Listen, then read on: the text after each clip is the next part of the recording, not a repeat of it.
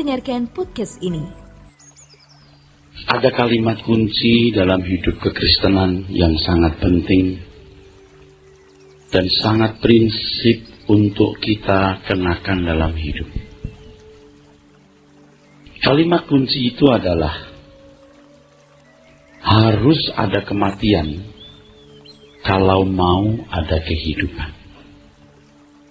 Tidak mungkin ada kehidupan tanpa kematian. Kebenaran ini adalah kalimat lain dari kalau seseorang mau menjadi pengikut Yesus yang benar, Yesus yang sejati, ia harus hanya memfokuskan hidupnya pada usaha bagaimana memperagakan kehidupan anak-anak Allah seperti yang telah diperagakan Tuhan Yesus. Kalau seseorang ingin menjadi pengikut Yesus, ia harus hanya memfokuskan bagaimana memperagakan kehidupan sebagai anak-anak Allah di bumi ini seperti yang diperagakan Tuhan Yesus. Tekad ini, komitmen ini harus bulat. Fokusnya hanyalah bagaimana memperagakan kehidupan sebagai anak-anak Allah di bumi seperti yang diperagakan Tuhan Yesus. Ini berarti fokus yang lain harus ditanggalkan. Fokus yang lain harus dimatikan. Sebab tanpa hal ini maka tidak akan ada kehidupan Kristiani yang benar. Saudara, saya ingatkan kepada saudara bahwa Tuhan tidak akan pernah menjadi asisten kita. Tuhan tidak pernah akan menjadi asisten kita, apalagi budak kita. Tuhan adalah raja dan majikan. Kalau saudara berurusan dengan Tuhan hanya untuk menyelesaikan masalah-masalah yang saudara hadapi, itu berarti saudara hanya mau menjadikan Tuhan sebagai asisten, sebagai budak, sebagai hamba. Saudaraku sekalian, urusan Tuhan adalah roh yang ditempatkan di dalam diri kita ini harus diselamatkan. Dan tidak ada pilihan lain kecuali jiwanya harus dikuduskan. Menguduskan jiwa ini, saudaraku, itulah proyek keselamatan itu. Jiwa harus dikuduskan, jiwa harus diluruskan, jiwa harus diisi dengan kebenaran Tuhan, supaya seluruh kehidupannya, saudaraku, memperagakan kehidupan anak-anak Allah, memperagakan kebenaran Tuhan. Jadi Tuhan tidak main-main ketika berkata, kamu harus sempurna seperti Bapa. Itu jiwanya yang mau disempurnakan.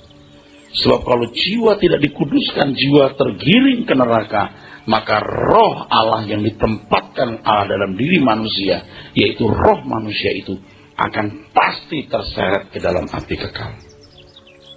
Itulah sebabnya masalah jasmani haruslah bukan menjadi masalah lagi. Pemenuhan kebutuhan jasmani tidak boleh menjadi masalah lagi. Dalam hal ini kita mengerti mengapa Tuhan mengatakan asal ada makanan pakaian cukup. Saudara perhatikan di dalam Alkitab, Tuhan tidak pernah berkata, aku mencukupi kebutuhanmu. Aku memenuhi kebutuhanmu, titik. Tidak pernah Tuhan bicara begitu. Aku cukupi kebutuhanmu. Aku penuhi kebutuhanmu. Tidak pernah Tuhan berkata begitu. Kalaupun Tuhan Yesus berbicara hal ini, hal tersebut, sebelum Tuhan berbicara mengenai jaminan pemeliharaan atas kehidupan jasmani, Tuhan pasti memulai dengan hal ini. Kalau saudara membaca dalam Alkitab, kamu harus sempurna seperti Bapa di surga. Itu di Matius pasal 5 ayat 48. Lalu kalimat berikutnya saudara menemukan kalimat, jangan kumpulkan harta di bumi, kumpulkan harta di surga. Lalu kalimat berikutnya, kamu tak dapat mengabdi kepada dua Tuhan. Baru Tuhan berkata, jangan khawatir apa yang kamu makan dan apa yang kamu minum. Sebelum Tuhan berbicara mengenai tambahan, Tuhan akan menambahkan. Tetapi yang mulai dengan perintah, dahulukan kerajaan Allah. Cari dahulu kerajaan Allah dan kebenarannya, maka semuanya akan ditambahkan kepadamu. Ini berarti Tuhan tidak akan berurusan dengan saudara kalau saudara tidak mau tahu urusannya. Nah, yang terjadi di banyak komunitas Kristen adalah Tuhan ditawarkan sebagai pemenuh kebutuhan. Tuhan ditawarkan sebagai sumber berkat dan pertolongan. Tapi tidak ditekankan dengan proporsional bahwa Tuhan urusan dengan kita. Oleh sebab ia mau menyelamatkan roh daripadanya yang ditempatkan dalam diri kita. Jadi kalau ada orang yang mengajar seolah-olah Tuhan mau urusan dengan kita, dan Tuhan tidak mempersoalkan apa kita tahu urusannya atau tidak, orang itu bukan berasal dari Tuhan. Orang itu bukan berasal dari Tuhan. Bayangan mengenai Allah yang baik yang ditawarkan, bayangan mengenai Allah yang baik yang dipromosikan kepada banyak orang Kristen, itu bukan Allah yang diajarkan Alkitab. Itu Allah yang salah. Allah yang benar yang diajarkan Alkitab, Allah yang punya urusan. Dan Allah mau umat tahu urusannya. Allah mau agar umat mengerti persoalannya. Yakobus pasal 4 ayat yang kelima. Yakobus pasal yang keempat ayat yang kelima berbunyi demikian. Janganlah kamu menyangka bahwa kitab suci tanpa alasan berkata, roh yang ditempatkan Allah di dalam diri kita diingininya dengan cemburu. Jadi bukan tanpa alasan kalau Alkitab berkata bahwa roh yang ditempatkan dalam diri kita diingini dengan cemburu. Debu kembali ke tanah, tapi roh kembali kepada yang mengaruniakan. Nah, roh ini dijagai Tuhan supaya tidak terseret oleh jiwa masuk ke dalam neraka. Oleh sebab itu jiwa harus dikuduskan. Dan supaya jiwa bisa dikuduskan, maka manusianya harus berani memiliki komitmen bahwa fokus hidupnya ikut Tuhan Yesus. Perhatiannya mengikut Tuhan Yesus adalah bagaimana memperagakan kehidupan sebagai anak-anak Allah seperti yang diteladankannya. Jadi kita bisa mengerti mengapa Tuhan mengatakan ibadah yang disertai rasa cukup mendatangkan faedah. Kita bisa mengerti mengapa Tuhan memulai Injilnya dengan jangan kumpulkan harta di bumi, kumpulkan harta di surga. Kita bisa mengerti mengapa Tuhan dalam pemberitaan Injilnya mengawali dengan kamu harus sempurna seperti Bapa di surga sempurna. Ini semua usaha untuk menguduskan jiwa kita, saudara. Dulu saya berharap bahwa kehidupan sebagai anak-anak Allah dapat dikembangkan dalam diri kita, sementara kita menjalani hidup ini secara wajar seperti orang lain. Tapi ternyata tidak bisa. Hidup yang berkualitas di dalam Tuhan hanya dikembangkan kalau seseorang menanggalkan segala belenggu kehidupan, yaitu beban dan dosa. Dan ini beratnya ikut Tuhan Yesus. Ini yang dimaksud sempit atau jalan sempit itu. Di dalam Ibrani pasal yang ke-12, saudaraku, Ibrani pasal 12, ayat yang pertama. Ayat yang pertama berbunyi demikian. Karena kita mempunyai banyak saksi, bagaikan awan yang mengelilingi kita, marilah kita menanggalkan semua beban dan dosa yang begitu merintangi kita, dan berlomba dengan tekun dalam perlombaan yang diwajibkan bagi kita. Saudaraku, perlombaan yang diwajibkan itu bukan menanggalkan beban dan dosa. perlombaan yang diwajibkan bagi kita itu bukan menanggalkan beban dan dosa. Beban dan dosa tanya yang kita masuk dalam perlombaan yang diwajibkan. Jadi sebenarnya jadi rumit. Dengan pernyataan ini jadi rumit. Perlombaan macam apa itu? Sehingga seseorang harus menanggalkan beban dan dosa. Nah, ringkasnya dulu saya beritahu bahwa perlombaan itu seperti yang dijelaskan di dalam Ibrani pasal sebelumnya, pasal 11. Adalah perlombaan untuk mewarisi kota yang memiliki dasar yang dibangun dan direncanakan oleh Allah sendiri. Bahwa saudara dan saya disetting Tuhan menjadi makhluk yang agung dengan hikmat-hikmat surgawi, dengan kecerdasan roh, dengan kebijaksanaan Allah untuk layak menjadi pangeran-pangeran dalam kerajaan surga dan memerintah bersama-sama dengan Tuhan Yesus. Itu pemahaman pengertiannya harus sempurna. Untuk itu seseorang tidak boleh dihambat dengan belenggu, beban dan dosa. Dosa itu hasrat-hasrat di dalam daging kita yang bertentangan dengan kesucian Tuhan. Dan beban itu adalah keterikatan kita dengan dunia. Nah, saudaraku sekalian, keterikatan seseorang dengan dunia itu akan nampak gejalanya dalam hidup setiap hari. Ada ibu-ibu Kristen yang karena uang 50.000 bisa bohong.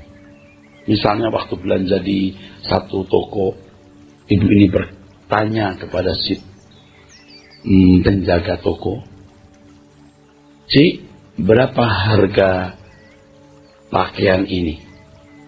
Si penjual berkata, 150.000. Si ibu ini demi supaya dapat memperoleh harga murah, dia berkata, "Ci, di sana dapat 100.000 kok." Demi 50.000 dia bohong. Ini kan belenggu terhadap belenggu di dalam jiwanya. 50.000 kok you bohong sih. Dan kadang-kadang di kalangan orang-orang Kristen, bahkan para aktivis gereja, bahkan di antaranya pendeta, satu kali menginap di satu tempat. Ini ada banyak orang, saudara. Setiap kamar dapat voucher makan pagi breakfast 2 orang. Padahal jumlah orang melebihi, jumlah orang itu, saudaraku sekalian, lebih dari jumlah kamar yang memadai untuk menerima voucher. Satu kamar mesti 2 jatahnya. Tapi satu kamar ada 4 orang, ada 3 orang. Bisa-bisanya loh aktivis itu berkata, masuk dulu, nanti kita nyusul. Ya, berapa sih untuk breakfast? Kalau ndak mau, ya ndak usah. Saya berkata, ayo bayar. Nggak usah kita makan buah dikit doang. Kita hanya nasi goreng sedikit dan mie kok, nggak usah. Mereka masuk dengan cara yang licik. Saya datang ke counter, ada penjaganya di situ. Saya berkata, orang-orang itu kebanyakan loh. Itu lebih tuh. Oh ya Pak, iya. Saya bayar lebihnya. Berapa satu orang? Breakfast di sini 96.000. Lumayan besar. 96.000. Ini hotel lumayan bagus. Ya udah, saya bayar. Saya kasih tip dia. Beberapa hari tinggal di situ kan. Besoknya saya bilang, yang kemarin, iya Pak, udah tahu. Orang-orang ini pikir semua bisa nyolong dengan aman. Padahal saya yang dirongrong. Karena di antara mereka ada keluarga saya. Padahal keluarga saya sudah tidak perlu tambahan.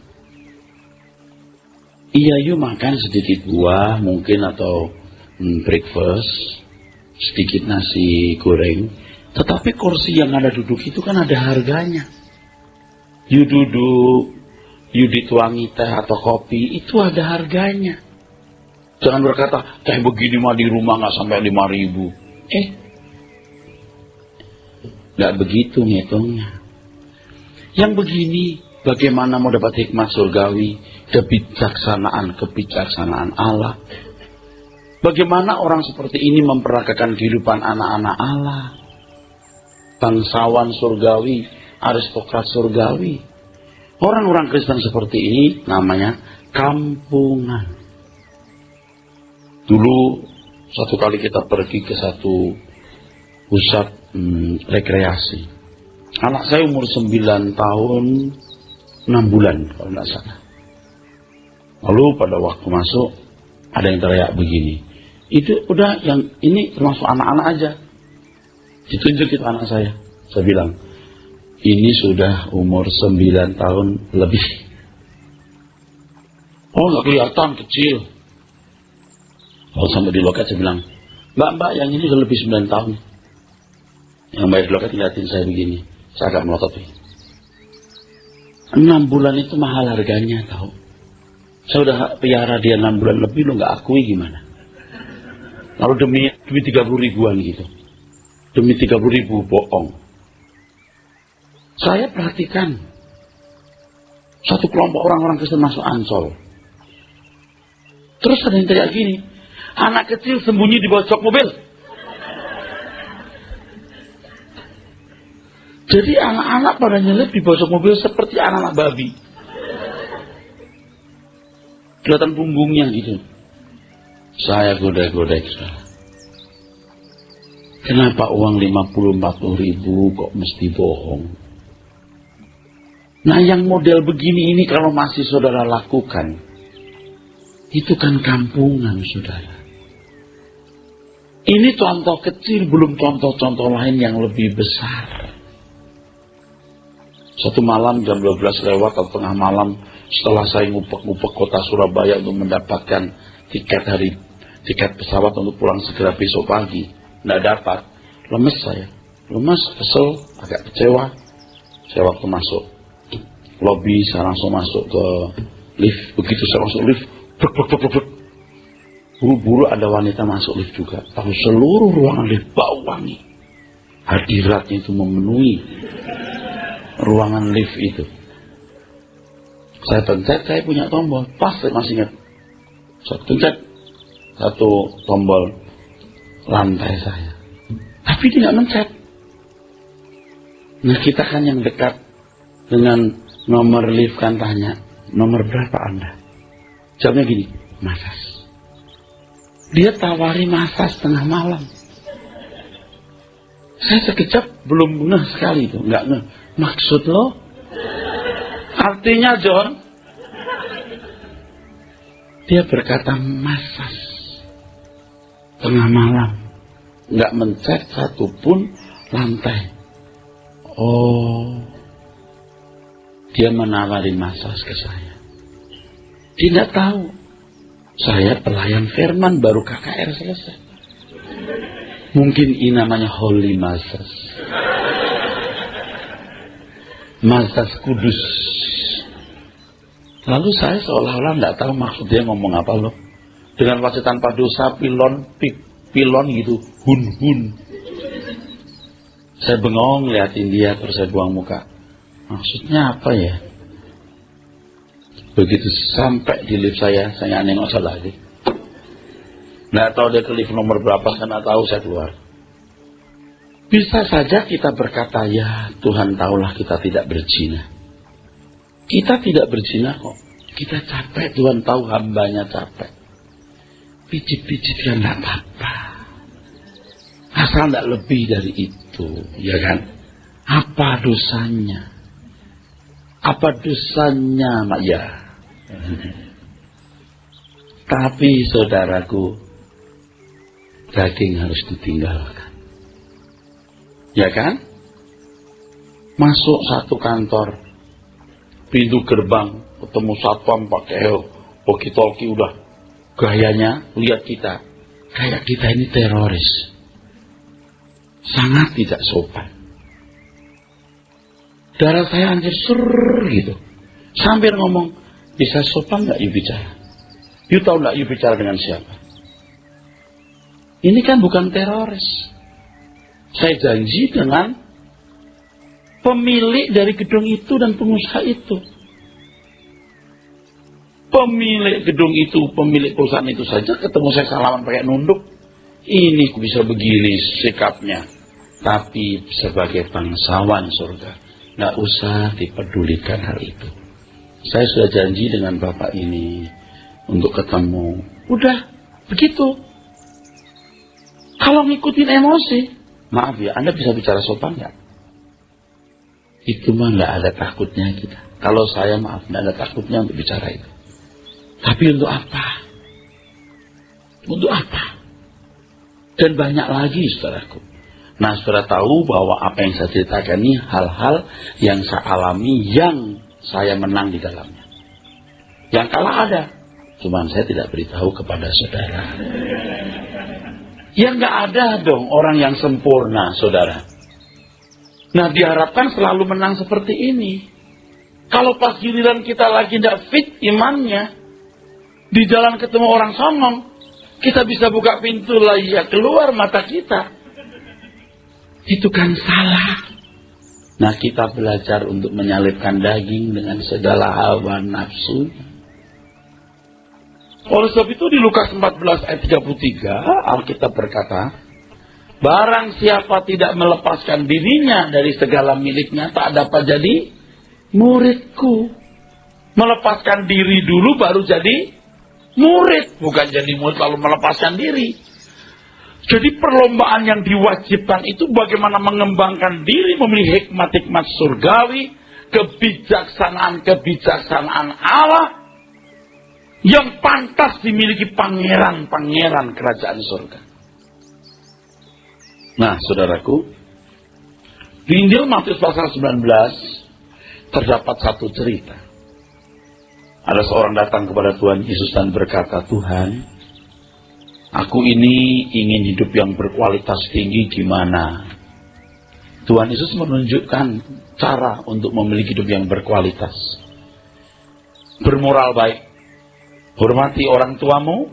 Jangan membunuh, jangan berzina, jangan mencuri. Dan seterusnya. Orang ini rupanya orang beragama yang baik, yang santun.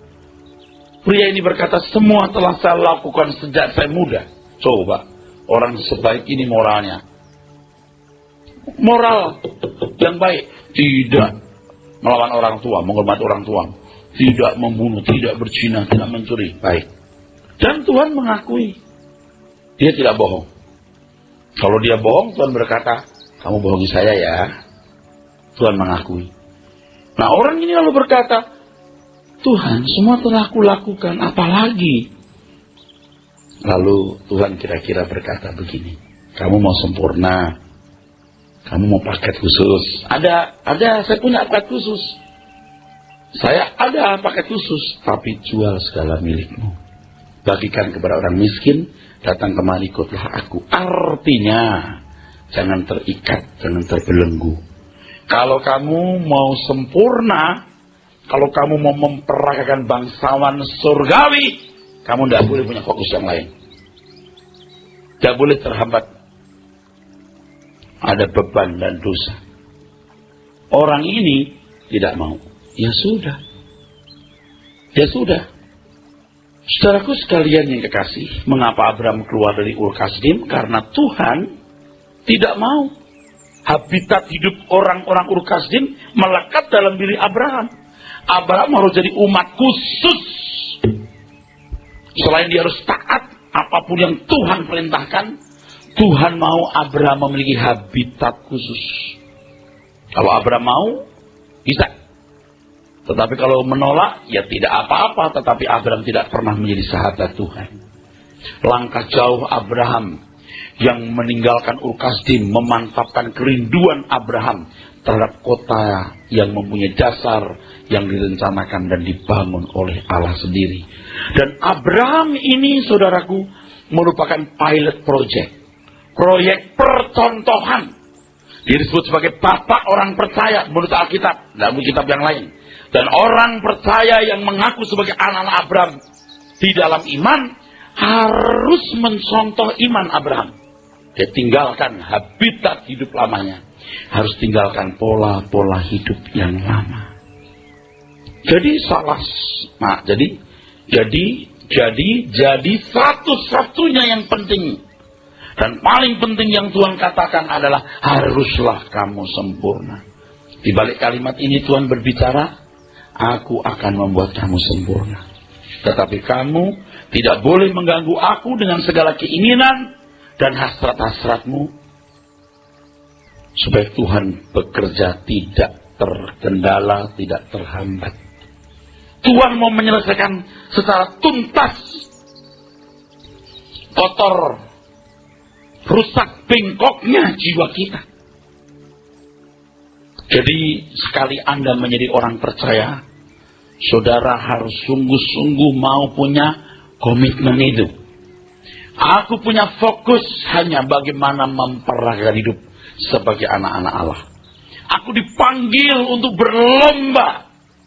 Bukan berlomba untuk siapa yang paling dianggap penting. Berlomba bagaimana menjadi orang yang terhormat dengan aksesoris, kekayaan, dan fasilitasnya. Tapi berlomba bagaimana mengembangkan diri sebagai bangsawan surgawi dengan hikmat, kebijaksanaan, dan pengertian-pengertian ilahi yang tinggi.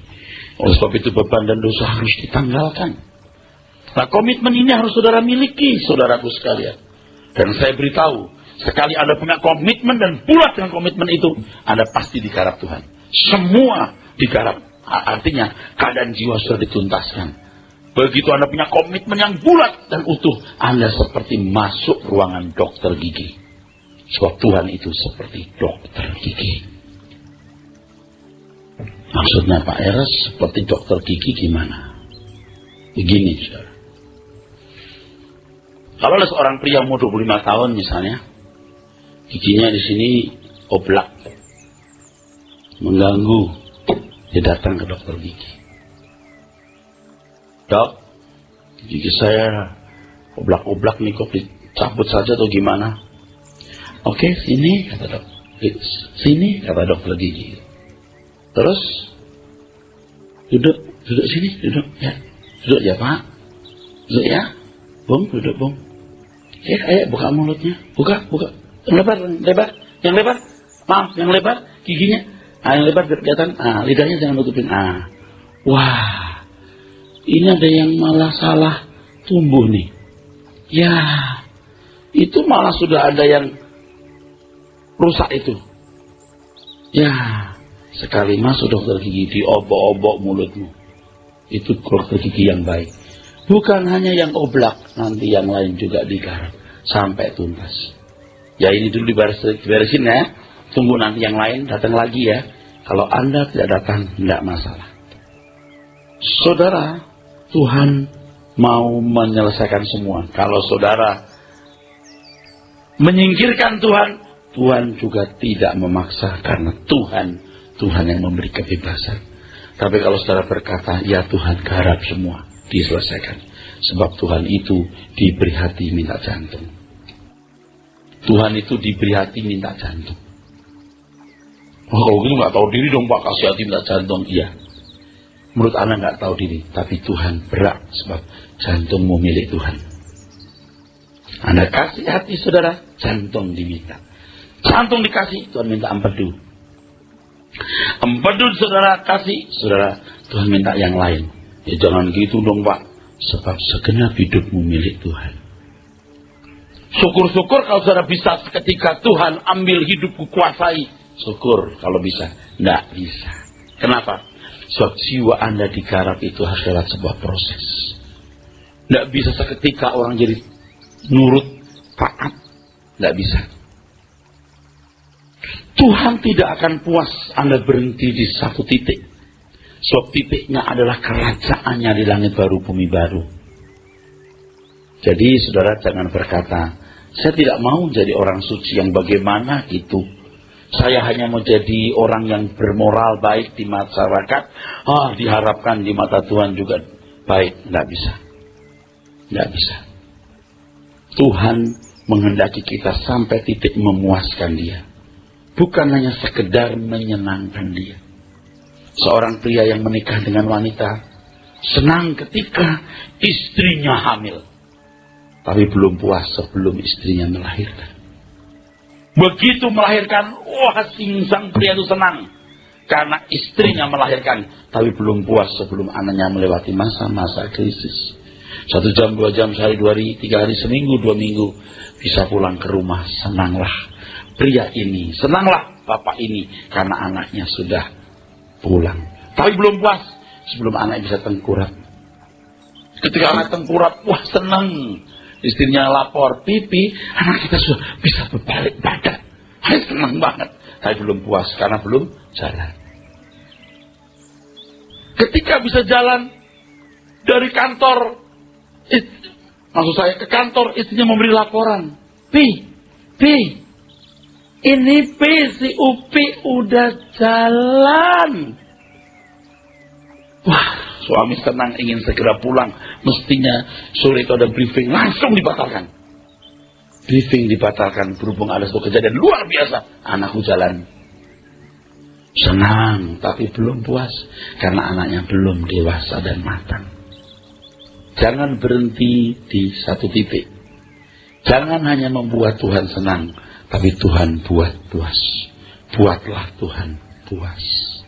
Dan puas Tuhan adalah ketika saudara bertumbuh dan makin mengembangkan karakter surgawi yang memang telah dipersiapkan segala potensinya, sehingga saudara menjadi makin seperti Yesus yang agung. Saudaraku sekalian yang kekasih, ingat, Tuhan mau saudara berurusan dengan Dia karena hal ini. Jangan saudara berurusan dengan Tuhan dengan hal lain. Tuhan tidak menghendaki itu. Tuhan menghendaki saudara berurusan dengan Dia, saudaraku, di dalam proyeknya. Tuhan akan membuat kesempurnaan yang mutlak atas hidup kita. Kesempurnaan yang absolut. Maka Tuhan juga menuntut penyelesaian secara total, penyerahan secara absolut juga. Tidak usah nunggu lihat api kekal yang mengerikan. Jangan menunggu lihat surga penuh kemuliaan baru saudara berkata, aku mau submit. Ya, total submission. Aku mau total submission. Aku mau menyerah total, absolut. Jangan nunggu lihat api kekal baru rela memiliki penyerahan total. Jangan nunggu, saudaraku, melihat kemuliaan surgawi baru aku bersedia. So kalau saudara nunggu baru saudara bersedia, nanti saudara pasti dalam stadium yang terlambat. Anda terlambat. Jadi kekristenan itu bukan penyerahan diri kepada kewajiban-kewajiban. Kekristenan bukan penyerahan diri kepada aturan-aturan. Kekristenan bukan penyerahan diri kepada kewajiban melakukan liturgi, seremonial gereja atau kebaktian. Kekristenan adalah penyerahan diri terhadap Tuhan sepenuh-penuhnya. Nah, fokus ini harus itu. Mungkin Anda berkata, Pak, apa bisa kita hidup normal dengan cara demikian? Justru itu yang normal. Ketika saudara fokus bagaimana memperagakan sebagai anak-anak Allah seperti yang diperagakan Tuhan Yesus, Anda pasti giat bekerja. Anda pasti jujur. Anda pasti bertanggung jawab. Pasti mencintai keluarga, menghormati orang tua, membalas kebaikan mama papa, dan seterusnya. Pasti. Anda pasti tidak akan dipermalukan. Dan Anda tidak akan mempermalukan saudaraku sekalian. Ini yang saudara-saudara sekalian harus pahami. Ini yang saudara-saudara sekalian harus tahu, saudaraku sekalian. Coba kita lihat di dalam Matius tadi. Matius pasal yang ke-5. Ayat yang ke-48.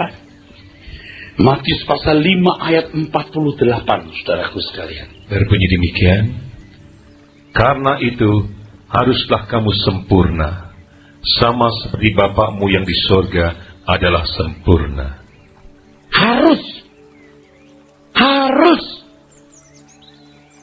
Saya mau nanya, mutlak enggak, saudara? Kalimat ini mutlak enggak? Mutlak enggak? Mutlak.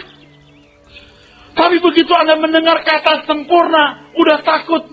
Emang lu bukan burung, lu ayam. Maksudmu, John, artinya kalau burung, saudaraku, itu terbang. Kalau ayam biar besar kagak bisa terbang. Kais-kais cari cacing. Ini loh saudaraku sekalian. Saudara, telur elang itu, telur raja wali jenisnya itu untuk menjadi burung, tidak gampang.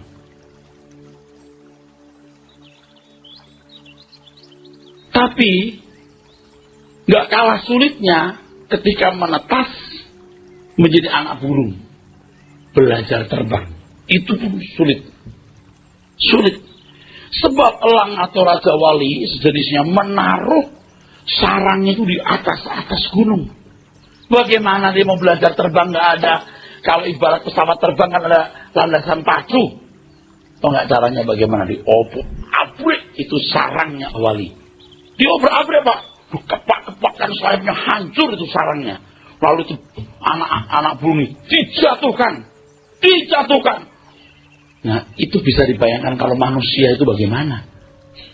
Tapi sebelum menyentuh tanah atau sebelum menyentuh tebing, disambar oleh biangnya, induknya, dibawa terbang. Senang kan? Lepaskan di luar. Sulit, saudara. Anak burung itu belajar terbang itu sulit, tapi lebih sulit kalau telur belajar terbang. Artinya, saudara harus menetas dulu baru belajar terbang. Kalau saudara masih keduniawian, keterikatan dengan perkara-perkara dunia, sorry ya, Anda memang tidak bakat. You masih ayam. Tuhan mau kita bukan hanya jadi kepompong yang dihiasi, tapi Tuhan mau kita jadi kupu-kupu, metamorfosis. Dan itu bisa kalau Anda punya komitmen. Aku mau, aku bersedia. Nah, di situ komitmen ini merubah saudara. Di sini Tuhan tidak bisa paksa. Ini wilayah saudara. Oleh sebab itu pemberitaan firman Tuhan itu harus mengarahkan saudara kepada hal tersebut. Jangan diarahkan kepada Allah yang baik, yang memberkati usahamu, pekerjaanmu, memulihkan usahamu, rumah tanggamu, anak-anakmu diberkati, engkau berkemenangan. Itu Tuhan yang jahat. Tuhan yang baik, Tuhan yang seperti burung raja wali yang menghancurkan sarangnya dan membuang anak-anaknya terbang. Jadi jangan mendengar berita tentang Allah yang salah. Walaupun dinyatakan, dipromosikan sebagai Allah yang baik. Bukan baik menurut itu, saudaraku. Tapi harus baik menurut Tuhan.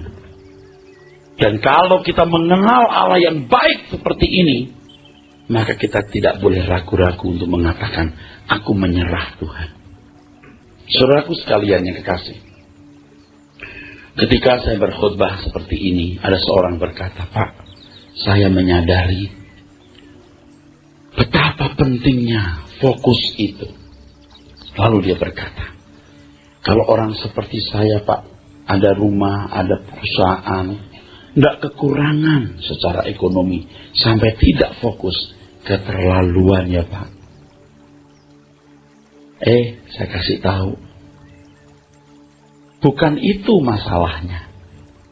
Fokusnya itu bukan itu maksudnya. Kalau orang tidak punya uang, tidak berduit, tidak punya perusahaan, pegawai rendahan dengan gaji kecil, bukan berarti kurang fokus. Dia juga bisa fokus. Maksudnya fokus ini adalah bagaimana firman yang dipelajari di gereja, di pendalaman Alkitab, di buku, di renungan harian yang baik itu, yang bagai peta itu, dilaksanakan dalam kehidupan setiap hari. Fokusnya itu di situ loh. Bukan, ya saya sudah punya pekerjaan, saya sudah punya bisnis, saya punya rumah tangga, punya rumah yang baik, jadi punya fokus. Bukan itu, salah. Fokusnya bukan di situ. Fokusnya adalah bagaimana kebenaran firman diperagakan dalam kehidupan. Dan saya ingatkan, orang miskin lebih gampang masuk surga dibanding you orang kaya. Saya bilang gitu loh, daripada you. Karena masalahnya di keterikatan batin, keterikatan jiwa dan kekayaan, bukan pada soal yang lain. Baru dia mengerti. Fokusnya itu bukan banyak waktu bisa ke gereja, banyak waktu bisa aktif di pelayanan. Bukan. Fokusnya adalah bagaimana firman kebenaran Tuhan yang saudara pelajari bagai peta itu, saudara kenakan dalam hidup. Itu fokusnya. Saudara jangan sogok Tuhan ya. Artinya begini loh. Ya sudah nggak punya masalah hidup, sudah cukup semuanya, ya sudah sepenuh waktulah kita aktif di gereja. Nggak bisa disogok dari itu Tuhan. You rajin ke gereja tiap harimu menghadapi pembantu, menghadapi pegawai, menghadapi tetangga, menghadapi orang tua, bener nggak? Peragaannya itu waktu hidup setiap hari itu loh. Dan itu orang kaya yang maunya terhormat, jangan penting, itu yang sulit sebenarnya. Bukan salah loh kalau saudara punya waktu banyak untuk aktif di gereja. Kalau Anda punya panggilan untuk itu, wah silakan. Anda harus penuhi panggilan itu. Fokusnya di sini adalah bagaimana memperagakan kebenaran-kebenaran yang Anda pelajari di dalam hidup setiap hari. Di situ Anda tunjukkan kelas saudara. Amin.